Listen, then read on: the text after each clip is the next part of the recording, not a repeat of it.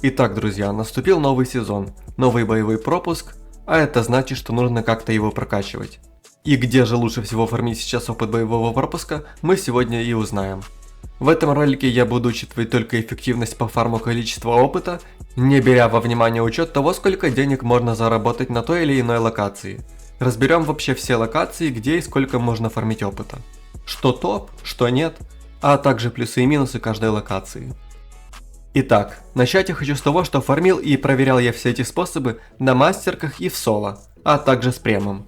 То есть, если ты условно ветеранка и играешь в пати, то результаты будут у тебя отличаться от моих. Если ветеранка, то чуть ниже. Если в пати, то тут смотря на какой локации. Если на юге, то тоже ниже. Если на затоне, то результаты будут получше. В общем, все локации я когда-то разбирал в своих роликах, но понятно, что сейчас этого никто не будет смотреть, поэтому нужно освежить информацию. Глобально изменений особо нет, но некоторые тонкости и нюансы все-таки присутствуют. В общем, начнем с юга и постепенно будем двигаться на север. Первое, что я хочу отметить, на всем юге лучше всего брать скорость. То есть либо костюм какой-то там, разведка гончий, либо сборка на скорость. Это то, чего больше, тем быстрее ты будешь фармить. По оружию и так далее, бегай то, с чем удобно. Главное, чтобы быстро зачищал споты. На юге выгоднее всего фармить споты мутантов, так как за них просто больше всего сыпет. Но есть нюансы и не везде, но об этом чуть позже. Начнем с болот. Локация, конечно же, слабая, тут фармить лучше всего территорию с вражеской стороны. Просто фармить все, что движется. Но я бы рекомендовал искать еще сигналы, чтобы хоть какой-то профит был. Плюс данной локации это то, что она относительно безопасная на мастерках. Ведь кому она нужна на фулл-мостах, чтобы здесь бегать? Теперь минусы. Малое количество опыта. А если будет конкуренция, будет еще меньше. Максимально на пустом сервере можно сделать 4 уровня. С конкуренцией в раза 2 меньше. Вердикт крайне не рекомендую тут фармить. Оценка 2 из 10. Далее у нас кордон. Неплохая локация на самом деле. Но тут уже у вас может появиться конкуренция. При идеальных условиях на пустом сервере можно фармить 11 уровней в час. Но среднее значение будет колебаться в районе от 6 до 8, в зависимости от количества других людей. Плюсы локации в том, что близко база. Неплохо опыта падает, да и в целом относительно безопасно. Это, конечно, если на мастерках. На ветеранках тут, конечно же, все скорее всего забито. Минусы локации в том, что если будет уже хотя бы 2 человека вместе с тобой фармить, то и ты мало подфармишь. Фармить здесь лучше всего именно мутантов.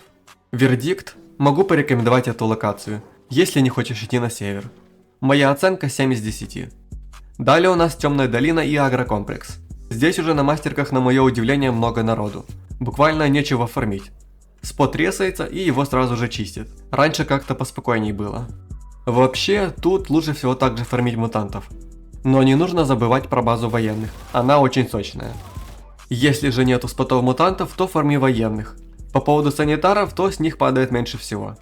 Максимальный уровень ВП, который можно тут сделать, это 11 уровней в час. Среднее значение также будет колебаться от 6 до 8.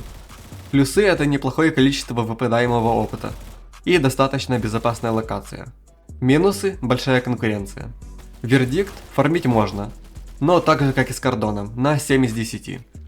Дальше свалка. Это самая прибыльная локация юга. Фармить здесь лучше всего мутантов и споты вражеской фракции.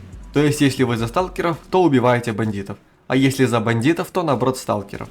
Здесь можно фармить и 15 уровней в час. Но, есть несколько больших но. Плюс в том, что большое количество опыта. А теперь к минусам. Большая конкуренция. Постоянно пкшат и бегают враги. И кемперят на выносе. Так что в среднем получится около 8-10 уровней. Кстати, не забывайте пользоваться схронами, это обязательно. Вердикт, я могу порекомендовать эту локацию. Но будет больно. Дам оценку 8 из 10. Следующая локация это бар.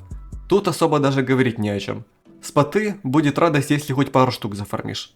В общем, фармить тут можно, но максимум там 5-6 уровней в час. В среднем будет около 4. Плюс здесь только в том, что очень близко база. А минусов полно.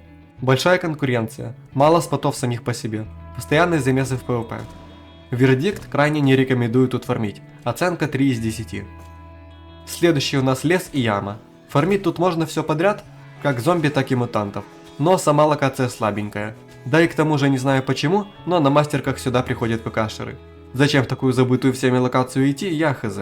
Максимум здесь можно выжать 7 уровней в час. а в среднем будет около 5.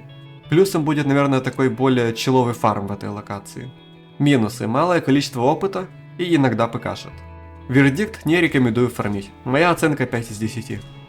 Дальше Полесская, или Армы в простонародье, и Путь дураков. Локации схожи по ситуации с лесом, фармить опыт тяжело и еще больше ПКшеров. Причем забавно, что на мостах там постоянно бегают люди. Им что, так нужны эти жалкие 30 тысяч? Зачем тратить на это время, мне не понять. Максимум здесь можно сделать 7 уровней в час, а в среднем будет около 5. Плюсов данной локации не вижу вообще. Минусов полно. Малое количество опыта, конкуренция, постоянные стычки с ПКшерами. Вердикт: не рекомендую фармить. Моя оценка будет 4 из 10. Даже хуже, чем с лесом, из-за того, что большее количество ПКшеров. И последняя локация на юге — это Могильник и Мертвый город как альтернатива. Хотя на практике Могильник будет получше, чем Мертвый город. Бывшее владение короля. Локация достаточно хорошая на самом деле. Фармить здесь лучше всего сосычей, кабанов, плотей и зомби. После этого уже все остальное. Максимум здесь можно делать 9 уровней в час, а в среднем будет около 7. Плюсы данной локации в том, что большое количество спотов, и они прям все очень близко. Из-за этого можно хорошо подлутаться. Минусы: большая конкуренция. Сейчас уже почти 4 часа ночи, и как видите, все выформленное. И еще и приходят ПКшеры. Еще минусом будет то, что теперь далеко до базы. Вердикт: могу порекомендовать эту локацию, дам ей 6 из 10. Но лучше бы я все-таки пошел в Темную долину или Кордон. Вот и с юга мы закончили. Переходим к северу. Тут уже намного интереснее будет. Так, стартовые локации. Тут, конечно же, фарма тоже никакого не будет. Лучше всего фармить область с этими кабанчиками, и будет у тебя 4 уровня в час. Плюсы: зато это безопасно и никто не будет мешать. И это близко к базе. Минусы: мало опыта. Вердикт: не рекомендую тут фармить. Оценка 4 из 10. Так, далее у нас притоки шахты. Так как порезали сигналы, то лучшим способом качать опыт БП будут споты людей рядом с аванпостами. Максимум здесь можно выжать около 7 уровней в час, но в среднем будет около 4-5. Плюсы: да их вроде бы как бы и нет. Минусы: малое количество опыта и достаточно опасно фармить, так как в любую минуту может нагрянуть враг. Вердикт: не рекомендую тут фармить. Моя оценка 5 из 10. Далее у нас отражение объезд. Лучше всего здесь фармить, конечно же, установки.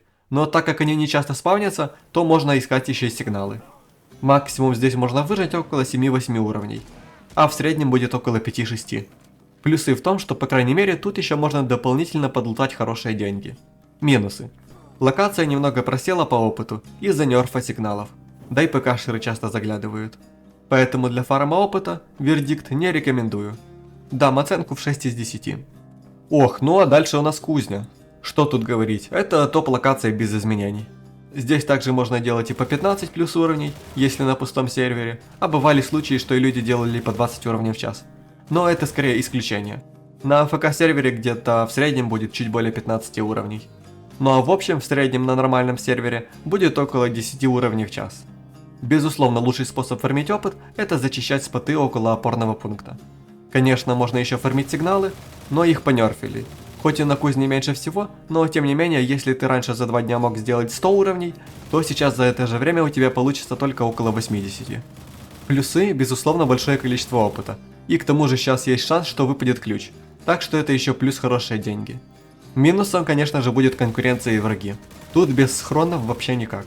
Поэтому никогда не забывайте их брать с собой и ставить. Вердикт: крайне рекомендую фармить эту локацию. Ставлю ей 10 из 10. Так, остался у нас еще Затон и Лиманск. Рассматривать эти локации буду вместе, так как по структуре они похожи. Максимально тут можно делать также примерно 15 уровней, если никто не будет мешать. Ну а в среднем будет около 8-10. Но тут также нужно учитывать, что это скорее показатели не для всех. Локации достаточно душные и в соло там тяжело. Пачки можно комфортно фармить, а в соло лучше пойти на кузню. Плюс это, конечно же, количество опыта и денег. Но минус — это сложность самих локаций. Вердикт: если вы в пачке, то рекомендую фармить. Если соло, то не рекомендую. Поставлю им 9 из 10. И осталась последняя локация — лабиринт.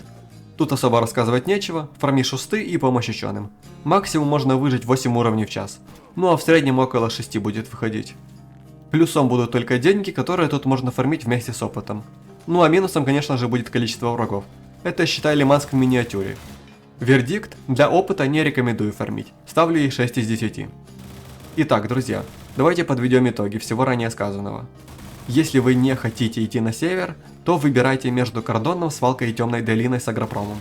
На Свалке можно делать больше всего уровней, но там и более опасно. Если ты хочешь такой более чил, то выбирай Кордон либо Темную долину.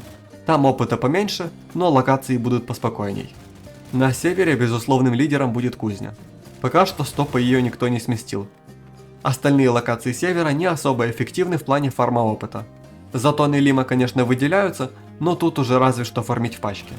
Стоит учитывать, друзья, что ситуация может кардинально измениться 11 декабря, если по опену добавят боссов.